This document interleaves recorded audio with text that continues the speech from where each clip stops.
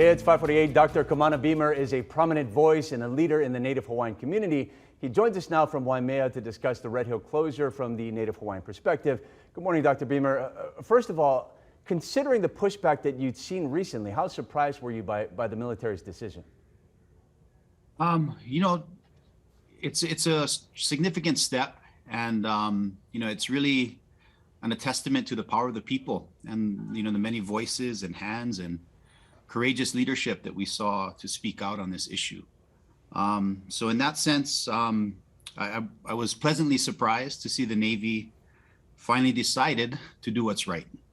Yeah, considering the sometimes questionable relationship between the military and Hawaii, Kaho'olawe comes to mind. What does this do as far as earning back the public trust? Well, I can't even speak to that issue. What we got to do right now is continue to take care of the aquifer. We still have many families that are affected, and we have to be vigilant because there's going to be long-term water issues for Oahu. Even when the Navy shuts this down, we're going to have to deal with lingering problems for a while.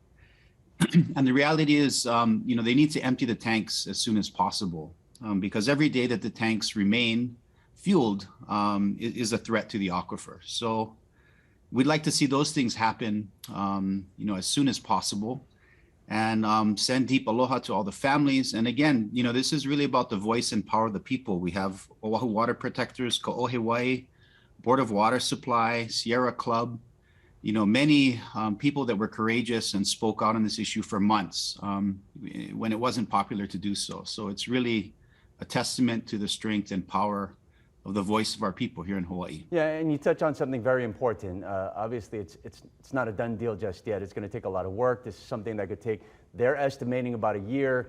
Dr. Libby Char said if it's not done right, it could lead to even worse problems. What are your concerns going forward as you watch very closely, I would imagine, what the military's doing? Yeah, well, there's still over 100 million gallons of fuel that are in those tanks. So we have to get them out, and we have to consider the long-term impacts that we're going to have for Oahu.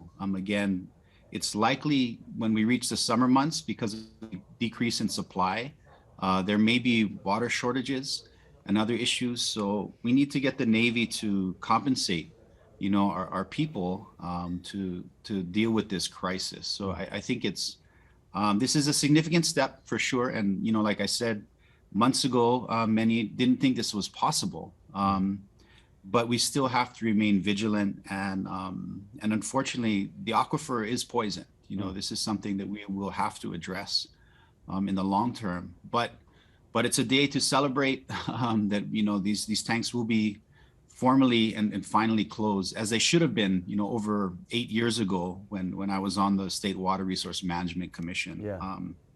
Yeah. And Dr. Beamer, one more question before we let you go. But the military has mentioned that this was so important because of the strategic importance of us here in Hawaii, considering the threats from elsewhere. If they decide to defuel those tanks, but also still keep a substantial amount of fuel here, given what you know about our water supply, is there another spot that you could potentially see, or are you overall concerned, or do you not want any of that whatsoever? The issue, we have to look at those plans in the long term. And, I think even Ernie Lau said, depending on where any fuel is stored, given the cap rock on Oahu, we have to be really, really concerned. But we're not even close to there yet. The reality is we still really got to dig in and focus on protecting and alleviating the Halawa aquifer. So, I'm hopeful. All of us together, again, this is a lesson. All of us together, we can, even with the most mighty foe. And what seemed impossible, we're shutting these tanks down. And so that's significant. Again, we're talking to Dr. Kamana Beamer, Native Hawaiian leader, and very much appreciative of your time this morning. So again, we will celebrate for now, and we will wait to see what happens. Thank you, Doctor. Hallelujah. Thank you. 5:52 right now. Let's hand things over to Guy Hug. Guy? All right, trade winds are coming back up to speed. 20 miles an hour. It's